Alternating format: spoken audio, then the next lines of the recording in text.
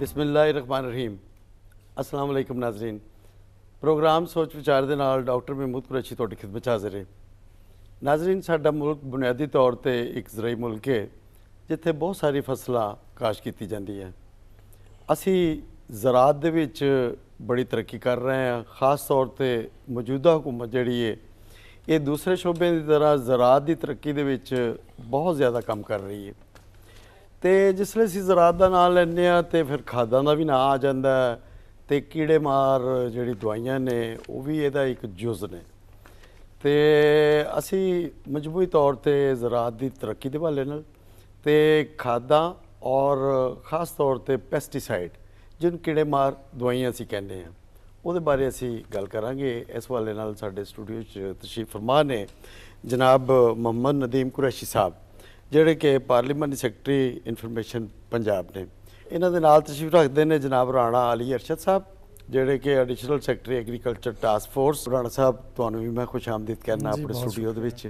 नाज़रीन, असीं अपनी अज दी गुफ्तगू दा आगाज़ जिहड़ा है वो कुरैशी साहब तो करने आ।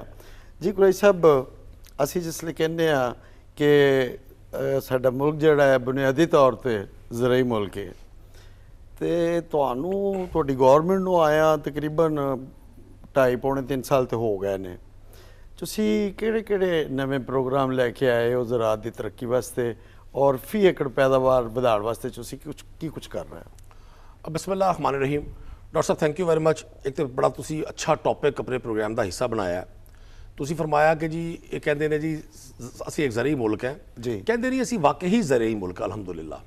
और मैं अज भी समझना कि अगर साड़ी ज़रात नूं माज़े च ये प्रायोरिटी दी जाती कि जिवें मॉडर्न वर्ल्ड एग्रीकल्चर उन्होंने इंडस्ट्री की हैसीयत नाल चल रही है, तो सिर्फ पंजाब पूरे साउथ एशिया वास्ते एक बहुत वड्डी फूड बास्केट है अलहमदुलिल्लाह। मैं पूरे पाकिस्तान की गल नहीं कर रहा, सिर्फ पंजाब की। तो बाकी सूबे भी माशाअल्लाह अपने अपने मुख्तलिफ उन्होंने एग्रीकल्चर से उन्होंने अल्लाह की ब्लैसिंग ने।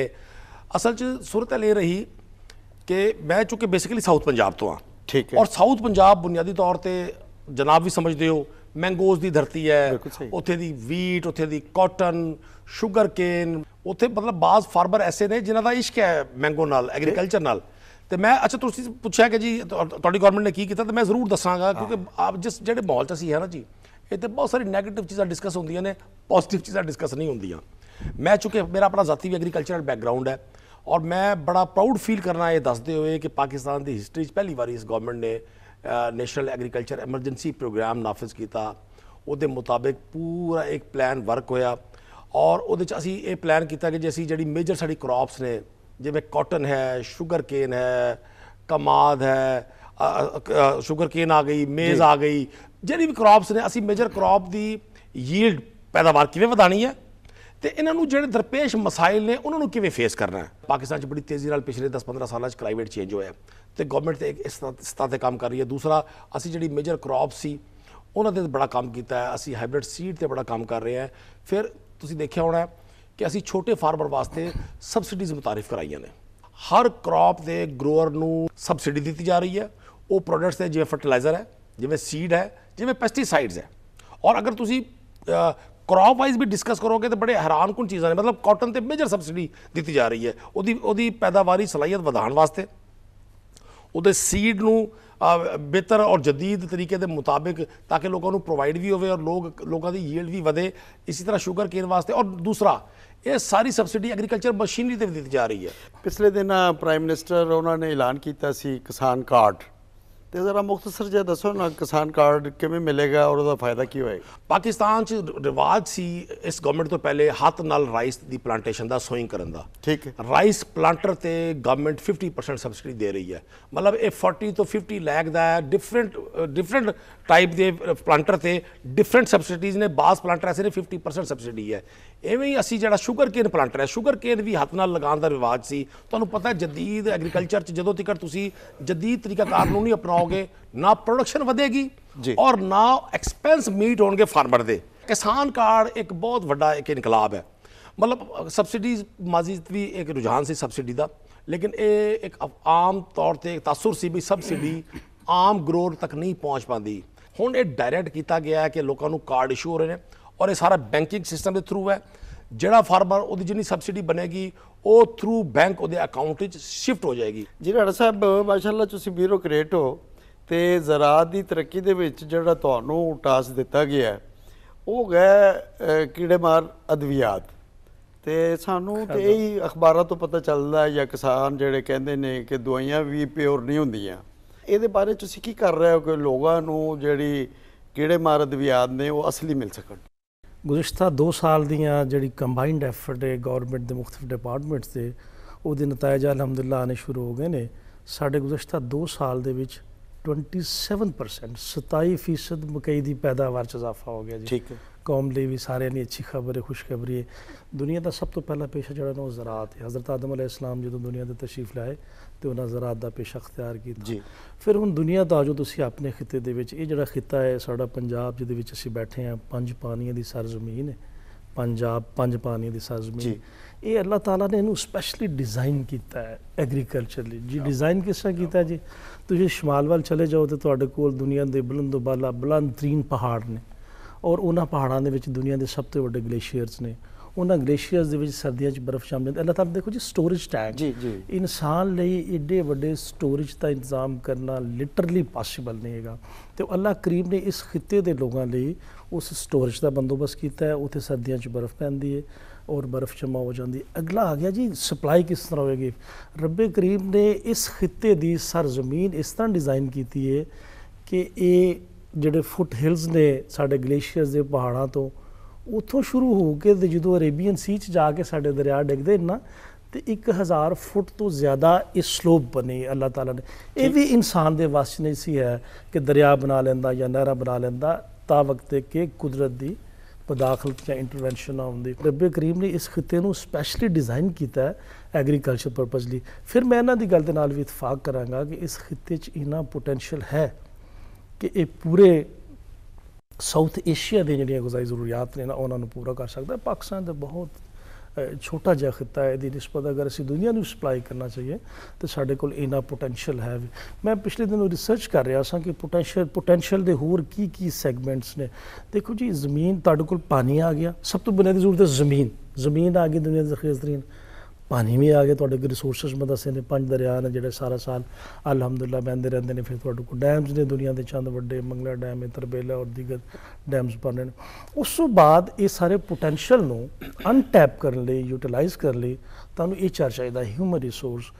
ਔਰ ਅਸੀਂ ਦੁਨੀਆ ਦੀਆਂ ਉਹਨਾਂ ਅਕਵਾਮ 'ਚ ਖੁਸ਼ਕਿਸਮਤ ਤਰੀਨ ਕੌਮ ਆ ਕਿ ਜਿੱਥੇ ਨੌਜਵਾਨਾਂ ਦੀ ਰੇਸ਼ੋ ਜ਼ਿਆਦਾ 19 ਸਾਲ ਤੋਂ ਲੈ ਕੇ ਤੇ 40 ਸਾਲ ਤੱਕ ਦੁਨੀਆ ਦੇ ਜਿਹੜੇ ਮੁਲਕ ਨੇ ਉਹਨਾਂ ਸਭ ਤੋਂ ਜ਼ਿਆਦਾ ਹੈ।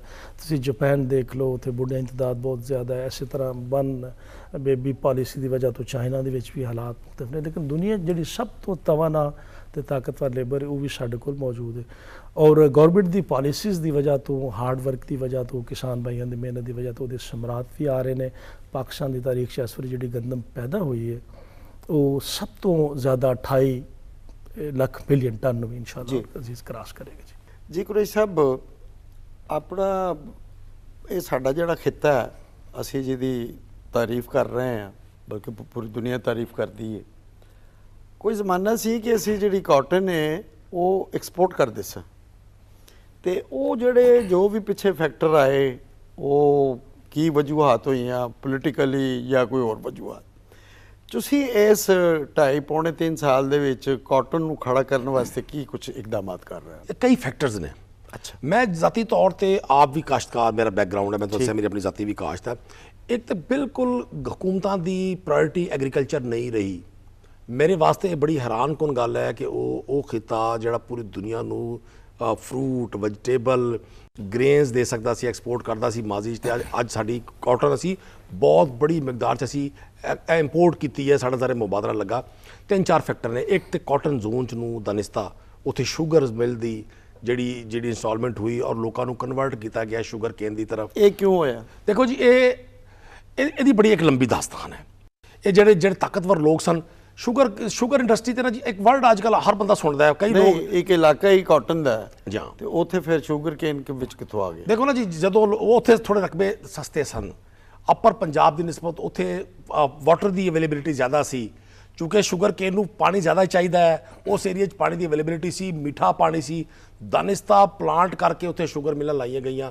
ਜਦੋਂ ਸ਼ੂਗਰ ਮਿਲ ਲੱਗੀ ਉਹਦੇ ਨਾਲ ਨਾਲ ਮੈਂ ਇੱਕ ਵਰਡ ਇਸਤੇਮਾਲ ਕਰ ਰਿਹਾ ਸੀ ਅੱਜ ਕੱਲ੍ਹ ਮਾਫੀਆਜ਼ ਦਾ, ਕਾਰਟਲ ਦਾ ਇੱਕ ਵਰਡ ਯੂਜ਼ ਹੁੰਦਾ ਹੈ। ਆਮ ਬੰਦਾ ਕਹਿੰਦਾ ਇਹ ਮਾਫੀਆਜ਼ ਕੀ ਨੇ? ਮਾਫੀਆਜ਼ ਦਾ ਮਤਲਬ ਹੈ ਕਿ ਕੁਝ ਲੋਕ ਇੱਕ ਜੱਥਾ ਬਣਾ ਕੇ ਚੀਜ਼ਾਂ ਨੂੰ ਕੰਟਰੋਲ ਕਰ ਲੈਣ, ਮਰਜ਼ੀ ਦਾ ਰੇਟ ਦੇਣ, ਮਰਜ਼ੀ ਦੀ ਪ੍ਰੋਡਕਸ਼ਨ ਕਰਨ, ਮਰਜ਼ੀ ਦੀ ਸਪਲਾਈ ਦੇਣ।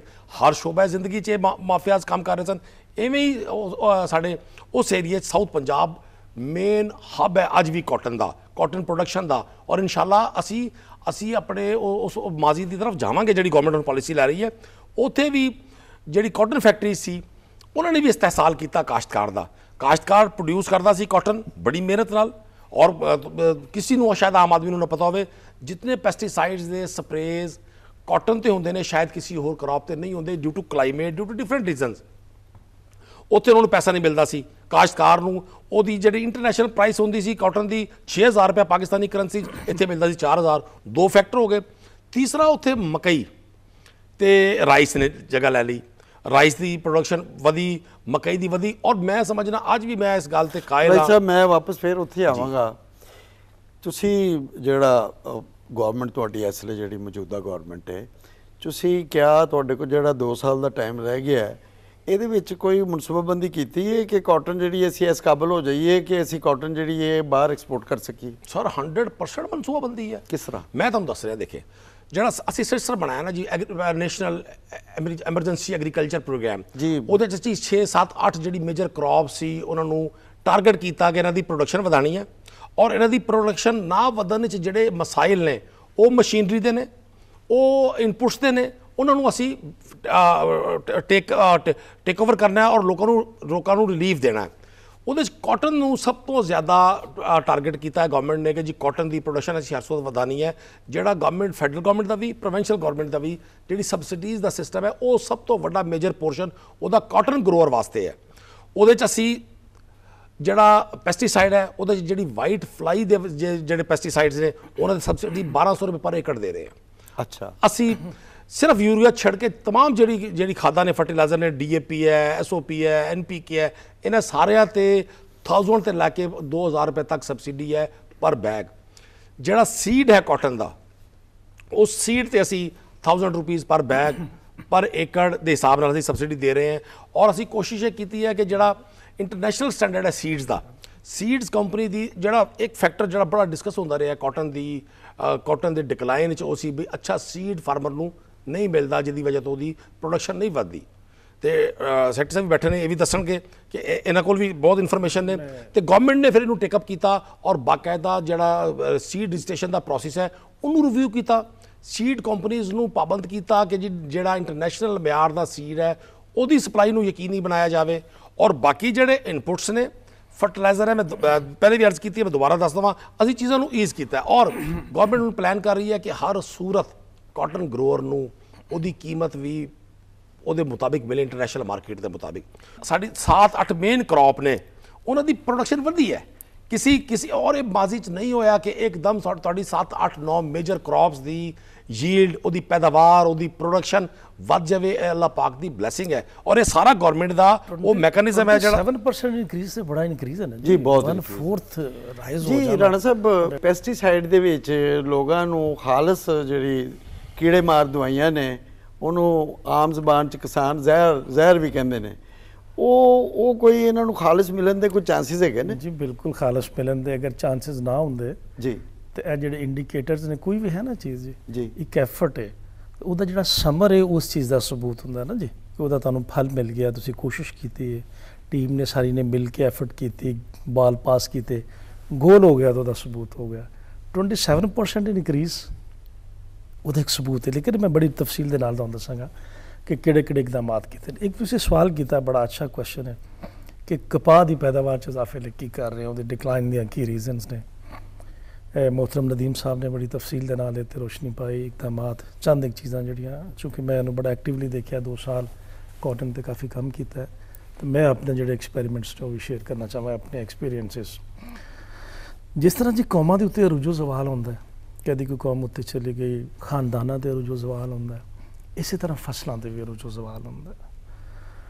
ਕਾਟਨ ਜਿਹੜੀ ਇਹ ਇੰਪੋਰਟੈਂਟ ਕਿਉਂ ਹੈ ਪਾਕਿਸਤਾਨ ਲਈ, ਕਿਉਂਕਿ ਜਦੋਂ ਇੱਕ ਫਸਲ ਗੰਦਮ ਦੀ ਅਸੀਂ ਉਗਾਉਂਦੇ ਹਾਂ ਨਾ, ਤੇ ਗੰਦਮ ਸਾਡਾ ਖਾਨਦਾਨ, ਸਾਡਾ ਪੇਟ ਭਰਦੀ ਹੈ, ਇੱਕ ਘਰ ਚਲਾ ਦਿੰਦੀ ਹੈ, ਚੰਦ ਲੋਕ ਕਨੈਕਟਡ ਨੇ ਉਹਨਾਂ ਨੂੰ ਚਲਾ ਦਿੰਦੀ ਹੈ। ਲੇਕਿਨ ਜਦੋਂ ਕਪਾਹ ਦੀ ਪੈਦਾਵਾਰ ਚੰਗੀ ਹੁੰਦੀ ਹੈ ਤਾਂ ਪੂਰੇ ਮੁਲਕ ਦੀ ਮਈਸ਼ਤ ਨੂੰ ਚਲਾਉਂਦੀ ਹੈ ਜੀ।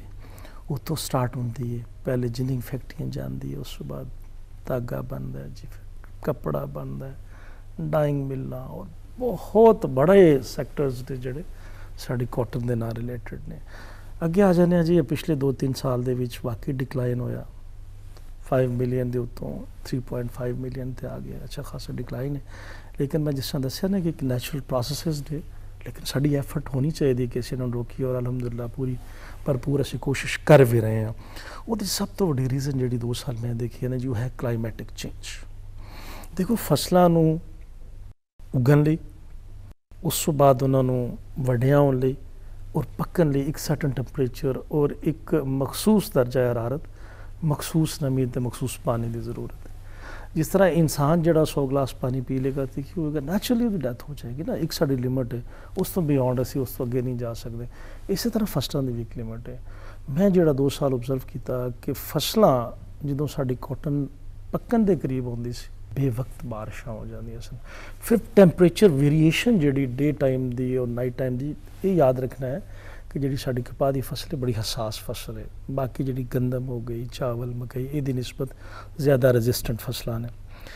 ਦੂਸਰੀ ਜਿਹੜੀ ਬੁਨਿਆਦੀ ਵਜ੍ਹਾ ਬਣੀ, ਉਹ ਮੁਹਤਰਮ ਪਾਰਲੀਮੈਂਟ ਸੈਕਟਰੀ ਸਾਹਿਬ ਨੇ ਬੜੀ ਤਫਸੀਲ ਨਾਲ ਦੱਸਿਆ ਕਿ ਬੀਜ ਦੀ ਨਾਨ ਅਵੇਲੇਬਿਲਿਟੀ ਵੀ ਇੱਕ ਬਹੁਤ ਬੜਾ ਫੈਕਟਰ ਸੀ ਕਿ ਅੱਛਾ ਬੀਜ।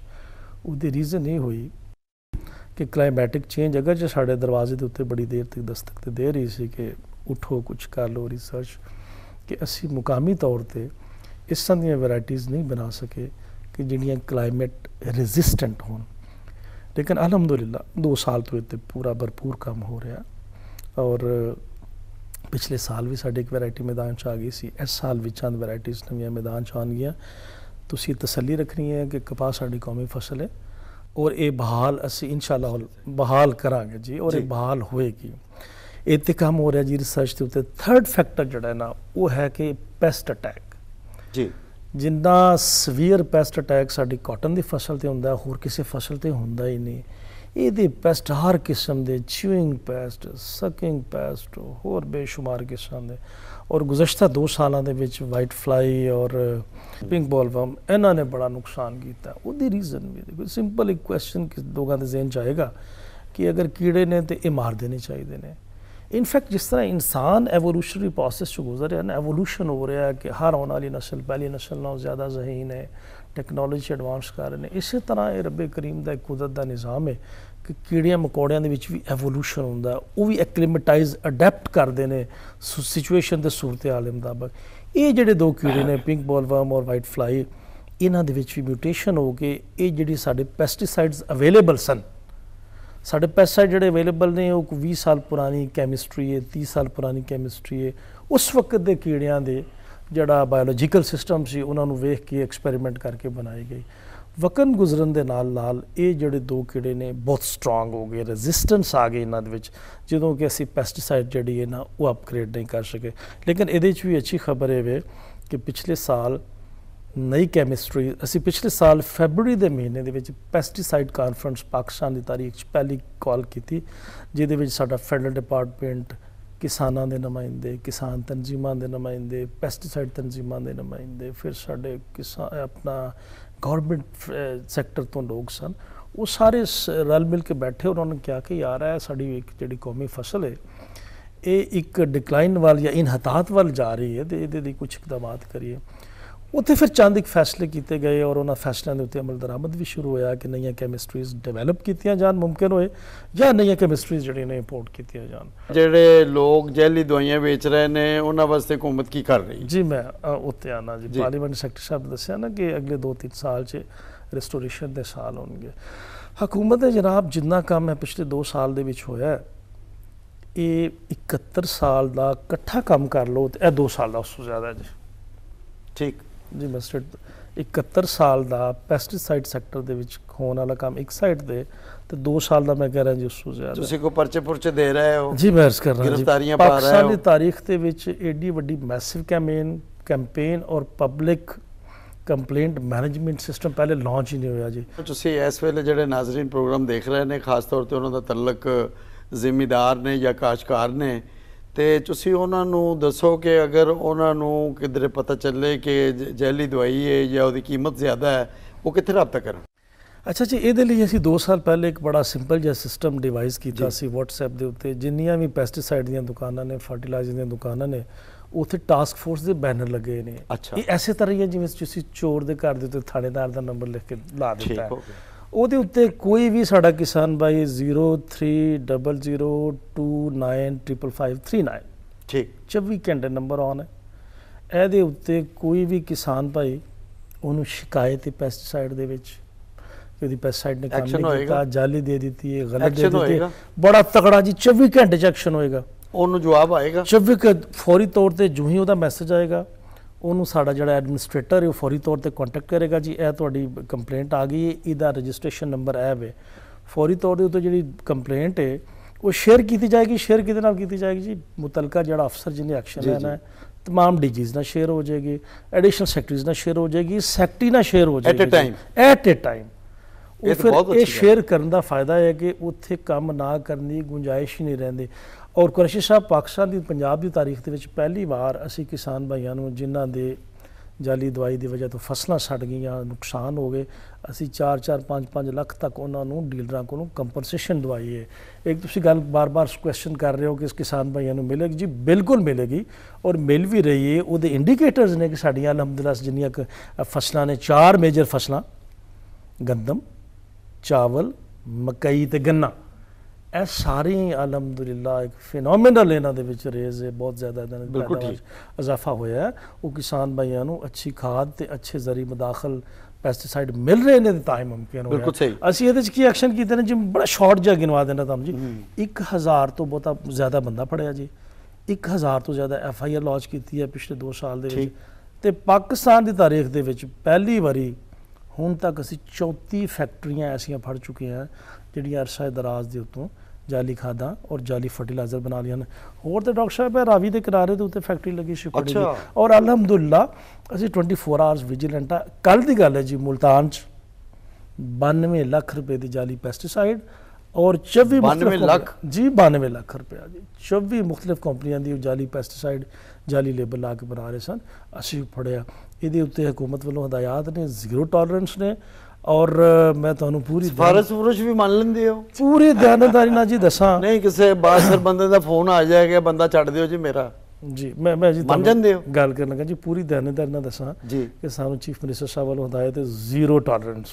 ਸਾਡੇ ਮਿਨਿਸਟਰ ਸਾਹਿਬ ਬੜਾ ਕੋਆਪਰੇਟ ਕੀਤਾ ਹੈ, ਸੈਕਟਰੀ ਸਾਹਿਬ ਨੇ ਬੜਾ ਕੋਆਪਰੇਟ ਕੀਤਾ ਔਰ ਅਲਹਮਦੁਲਿਲਾ ਕੋਈ ਇੱਕ ਕੇਸ ਵੀ ਐਸਾ ਨਹੀਂ ਜਿਹਦੇ 'ਚ ਅਸੀਂ ਸਿਫਾਰਿਸ਼ ਕਰਨੀ। ਬਿਲਕੁਲ ਸਹੀ। ਨਦੀਮ ਕੁਰੈਸ਼ੀ ਸਾਹਿਬ, ਇਸ ਵੇਲੇ ਨਾਜ਼ਰੀਨ ਤੁਹਾਨੂੰ ਵੇਖ ਰਹੇ ਨੇ ਜਿਨ੍ਹਾਂ ਦਾ ਤਅਲਕ ਜ਼ਮੀਨ ਨਾਲ ਹੈ, ਜ਼ਿਮੀਂਦਾਰ ਨੇ ਜਾਂ ਕਾਸ਼ਤਕਾਰ ਨੇ, ਤੇ ਮੁਲਕੀ ਤਰੱਕੀ ਦੇ ਵਿੱਚ ਜ਼ਰਾਅਤ ਦੀ ਤਰੱਕੀ ਵਾਸਤੇ ਤੁਸੀਂ ਕੋਈ ਪੈਗਾਮ ਦੇਣਾ ਪਸੰਦ ਕਰੋਗੇ? ਜ਼ਰਾਅਤ ਪਾਕਿਸਤਾਨ ਦੀ ਬੈਕਬੋਨ ਹੈ। ਪਾਕਿਸਤਾਨ ਅਰਸਾ ਦਰਾਜ਼ ਤੋਂ ਮੁਆਸ਼ੀ ਪ੍ਰੋਬਲਮ ਦਾ ਸ਼ਿਕਾਰ ਰਿਹਾ ਔਰ ਸਾਡੇ ਕੋਲ ਇੱਕੋ ਵੇ ਹੈ। ਤੁਸੀਂ ਪੂਰੀਆਂ ਦੁਨੀਆ ਨੂੰ ਦੇਖ ਲਓ, ਜਿਹੜੀ ਦੁਨੀਆ ਇਸ ਟਾਈਮ ਇਕਨੋਮਿਕਲੀ ਲੀਡ ਕਰ ਰਹੀ ਹੈ, ਉਹਨਾਂ ਨੇ ਆਪਣੇ ਨੇਚਰਲ ਰਿਸੋਰਸਿਸ ਨੂੰ ਆਪਣਾ ਬੈਕਬੋਨ ਬਣਾਇਆ ਹੈ। ਅੱਲਾਹ ਕਰੀਮ ਨੇ ਪਾਕਿਸਤਾਨ ਨੂੰ ਐਗਰੀਕਲਚਰ ਦੇ ਬੜੇ ਖਜ਼ਾਨੇ ਦਿੱਤੇ ਨੇ। ਅਗਰ ਜਿਵੇਂ ਗੌਰਮੈਂਟ ਹੁਣ ਕਰ ਰਹੀ ਹੈ, ਚूँकि ਪ੍ਰੋਗਰਾਮ ਦਾ ਟਾਈਮ ਬੜਾ ਸ਼ਾਰਟ ਹੁੰਦਾ, ਬਹੁਤ ਸਾਰੀ ਚੀਜ਼ਾਂ ਡਿਸਕਸ ਨਹੀਂ ਹੋ ਸਕਦੀਆਂ, ਲੇਕਿਨ ਮੈਂ ਅਲਹਮਦੁਲਿਲਾ ਪੁਰ ਉਮੀਦ ਹਾਂ ਕਿ ਗੌਰਮੈਂਟ, ਜਿਹੜਾ ਕਾਸ਼ਤਕਾਰ ਮੈਨੂੰ ਸੁਣ ਰਿਹਾ PTV ਦੇ ਥਰੂ, ਔਰ ਜਿਹੜੇ ਲੋਕ ਗੌਰਮੈਂਟ ਦੇ ਪਾਲਿਸੀਆਂ ਤੋਂ ਫੈਜ਼ਯਾਬ ਹੋ ਰਹੇ ਨੇ, ਉਹ ਮੇਰੀ ਗੱਲ ਨੂੰ ਮੰਨਣਗੇ ਕਿ ਇਸ ਤੋਂ ਪਹਿਲੇ ਮਾਜ਼ੀ 'ਚ ਕਦੀ ਨਹੀਂ ਹੋਇਆ ਕਿ ਡਾਇਰੈਕਟ ਸਬਸਿਡੀ ਮਸ਼ੀਨਰੀ ਤੇ, ਪੈਸਟੀਸਾਈਡ ਤੇ, ਫਰਟੀਲਾਈਜ਼ਰ ਤੇ ਉਹਨਾਂ ਦੀ ਗੌਰਮੈਂਟ ਨੇ ਪੂਰਾ ਸਿਸਟਮ ਕੀਤਾ ਹੈ ਕਿ ਨਹਿਰੀ ਪਾਣੀ ਦੀ ਅਵੇਲੇਬਿਲਿਟੀ ਨੂੰ ਇਨਸ਼ੋਰ ਕੀਤਾ ਜਾਵੇ। ਤੇ ਮੇਰਾ ਪੈਗਾਮ ਇਹ ਹੈ ਕਿ ਤੁਸੀਂ ਪਿਆਰ ਨਾਲ, ਮੁਹੱਬਤ ਨਾਲ ਐਗਰੀਕਲਚਰ ਤੇ ਕੰਮ ਕਰੋ। ਗੌਰਮੈਂਟ ਤੁਹਾਡੇ ਨਾਲ ਖੜੀ ਹੈ, ਅਸੀਂ ਮਿਲ ਜੁਲ ਕੇ ਆਪਣੀ ਪ੍ਰੋਡਕਸ਼ਨ ਵਧਾਵਾਂਗੇ, ਪਾਕਿਸਤਾਨ ਦੇ ਲੋਕਾਂ ਦੀ ਜ਼ਰੂਰਤ ਪੂਰੀ ਕਰਾਂਗੇ ਔਰ ਦੁਨੀਆ ਨੂੰ ਐਕਸਪੋਰਟ ਕਰਾਂਗੇ। ਪੂਰੀ ਦੁਨੀਆ ਇਸ ਟਾਈਮ ਗਜ਼ਾਈ ਕਿੱਲਤ ਦਾ ਸ਼ਿਕਾਰ ਹੈ ਔਰ ਪਾਕਿਸਤਾਨ ਤੇ ਮੈਂ ਫਿਰ ਰਾਣਾ ਸਾਹਿਬ ਦੀ ਗੱਲ ਦਾ, ਮੈਂ ਇਹਨਾਂ ਦੀ ਰਿਸਰਚ ਤੇ ਅੱਜ ਬੜਾ ਮੁਤਾਸਿਰ ਹੋਇਆ। ਇਹਨਾਂ ਨੇ ਬੜੀ ਸ਼ਾਨਦਾਰ ਗੱਲ ਕੀਤੀ ਹੈ, ਸਾਨੂੰ ਬੜਾ ਟੌਪਿਕ ਮਿਲ ਗਿਆ ਕਿ ਅੱਲਾਹ ਪਾਕ ਨੇ ਇਹ ਫੂਡ ਬਾਸਕਟ ਬਣਾਈ ਹੈ ਪੂਰੀ ਦੁਨੀਆ ਵਾਸਤੇ। ਅਸੀਂ ਕਿਉਂ ਨਾ ਆਪਣੀ ਮਿਹਨਤ ਨਾਲ, ਸਾਡਾ ਕਿਸਾਨ ਬੜਾ ਬਹਾਦਰ ਹੈ, ਸਾਡਾ ਕਿਸਾਨ ਬੜਾ ਦਲੇਰ ਹੈ, ਉਹਨੇ ਬੜੀ ਮੁਸ਼ਕਿਲਾਤ ਦਾ ਮੁਕਾਬਲਾ ਕੀਤਾ ਹੈ। ਹੁਣ ਗੌਰਮੈਂਟ ਉਹਦੇ ਨਾਲ ਕੰਧਾ ਮਿਲਾ ਕੇ ਖੜੀ ਹੈ, ਉਹ ਹਿੰਮਤ ਕਰੇ, ਫਸਲਾਂ ਨੂੰ ਵਧਾਵੇ, ਪੈਸੇ ਦਿਲਵਾਣਾ, ਉਹਨਾਂ ਦੇ ਤਾਵਨ ਕਰਨਾ, ਜਾਲੀ ਸੀਡ ਪੈਸਟੀਸਾਈਡ ਮਾਫੀਆ ਨੂੰ ਕੰਟਰੋਲ ਕਰਨਾ, ਉਹ ਗੌਰਮੈਂਟ ਦੀ ਜ਼ਿੰਮੇਵਾਰੀ ਇਨਸ਼ਾਅੱਲਾ। ਬਿਲਕੁਲ ਸਹੀ। ਨਾਜ਼ਰੀਨ, ਤੁਸੀਂ ਸਾਡੇ ਜਿਹੜੇ ਮਹਿਮਾਨ ਨੇ ਇਹਨਾਂ ਦੀ ਮਾਹਿਰੀਨ ਨੇ, ਇਹਨਾਂ ਦੀ ਗੱਲ ਬੜੀ ਤਫਸੀਲ ਨਾਲ ਸੁਣੀ। ਪਤਾ ਹੀ ਲੱਗਦਾ ਹੈ ਕਿ ਕੋਈ ਵੀ ਮੁਲਕ ਹੋਵੇ, ਚਾਹੇ ਤਰੱਕੀ ਯਾਫਤਾ ਹੋਵੇ ਜਾਂ ਤਰੱਕੀ ਪਜ਼ੀਰ ਹੋਵੇ, ਉੱਥੇ ਇਕੱਲਿਆਂ ਘੁੰਮਣ ਦਾ ਕੰਮ ਨਹੀਂ ਚੱਲਦੇ, ਆਵਾਮ ਨੂੰ ਅੱਗੇ ਆਉਣਾ ਪੈਂਦਾ। ਅਸੀਂ ਆਪਣੀ ਫੀ ਏਕੜ ਪੈਦਾਵਾਰ ਜਿਹੜੀ ਹੈ ਉਹਨੂੰ ਵਧਾਉਣਾ ਹੈ। ਅਸੀਂ ਕੋਈ ਵੀ ਫਸਲ ਬੀਜ ਰਹੇ ਹਾਂ, ਫੀ ਏਕੜ ਪੈਦਾਵਾਰ 'ਚ ਇਜ਼ਾਫਾ ਕਰਾਂਗੇ ਤੇ ਸਾਡੇ ਮੁਲਕ ਦੀ ਤੇ ਸਾਡੀ ਆਪਣੀ ਖੁਸ਼ਹਾਲੀ ਹੈ। ਗੌਰਮੈਂਟ ਜਿਸ ਤਰ੍ਹਾਂ ਤੁਹਾਨੂੰ ਸਹੂਲਤਾਂ ਦੇ ਰਹੀ ਹੈ ਔਰ ਐਮਰਜੈਂਸੀ ਇਹਨਾਂ ਨੇ ਲਾਈ ਹੈ, ਇਹ ਖਾਦ ਦੇ ਉੱਤੇ, ਕੀੜੇਮਾਰ ਦਵਾਈਆਂ ਦੇ ਉੱਤੇ, ਮਸ਼ੀਨਰੀ ਦੇ ਉੱਤੇ, ਇੰਨਾ ਕੁਛ ਤੁਹਾਨੂੰ ਮਿਲ ਰਿਹਾ ਹੈ। ਕਿਹਦੇ ਵਾਸਤੇ ਵੇ? ਇਹ ਤੁਹਾਡੇ ਵਾਸਤੇ ਵੇ। ਫਿਰ ਦੇਖੋ ਕਿਸਾਨ ਕਾਰਡ ਆ ਰਿਹਾ ਹੈ। ਕਿਸਾਨ ਕਾਰਡ ਜਿਹੜਾ ਹੈ ਉਹਦਾ ਫਾਇਦਾ ਤੁਹਾਨੂੰ ਇਹ ਹੋ ਗਿਆ ਕਿ ਦਰਮਿਆਨ 'ਚੋਂ ਬੰਦਾ ਨਿਕਲ ਗਿਆ। ਤੁਸੀਂ ਡਾਇਰੈਕਟ ਜਾ ਕੇ ਬੈਂਕ ਕੋਲੋਂ ਪੈਸੇ ਜਿਹੜੇ ਨੇ ਗੌਰਮੈਂਟ ਨੇ ਤੁਹਾਨੂੰ ਦੇਣੇ ਨੇ, ਉਹ ਤੁਹਾਨੂੰ ਮਿਲ ਜਾਣੇ ਨੇ। ਲਿਹਾਜ਼ਾ ਵਕਤ ਜ਼ਾਇਆ ਕੀਤੇ ਬਗੈਰ ਗੌਰਮੈਂਟ ਜਿਵੇਂ ਦੱਸ ਰਹੀ ਹੈ, ਇਹਨਾਂ ਦੀ ਪਾਲਿਸੀਆਂ ਦੇ ਮੁਤਾਬਕ, ਮਾਹਿਰੀਨ ਦੀ ਹਦਾਇਤ ਦੇ ਮੁਤਾਬਕ ਤੁਸੀਂ ਆਪਣੀ ਜ਼ਰਾਤ ਨੂੰ ਅੱਗੇ ਵਧਾਓ। ਜਨਾਬ ਮੁਹੰਮਦ ਨਦੀਮ ਕੁਰੈਸ਼ੀ ਸਾਹਿਬ ਔਰ ਜਨਾਬ ਰਾਣਾ ਅਲੀ ਅਰਸ਼ਦ ਸਾਹਿਬ, ਤੁਸੀਂ ਦੋਨੋਂ ਮੌਜ਼ਜ਼ ਮਹਿਮਾਨ ਸਾਡੇ ਸਟੂਡੀਓ ਤਸ਼ਰੀਫ ਲਿਆਏ, ਤੁਹਾਡੀ ਆਮਦ ਦਾ ਬੇਹੱਦ ਸ਼ੁਕਰੀਆ। ਨਾਜ਼ਰੀਨ, ਇਹਦੇ ਨਾਲ ਹੀ ਸਾਡੇ ਅੱਜ ਦੇ ਪ੍ਰੋਗਰਾਮ ਦਾ ਵੇਲਾ ਮੁੱਕਦਾ ਹੈ। ਇਜਾਜ਼ਤ ਦਿਓ। ਅੱਲਾ ਵੇਲੀ।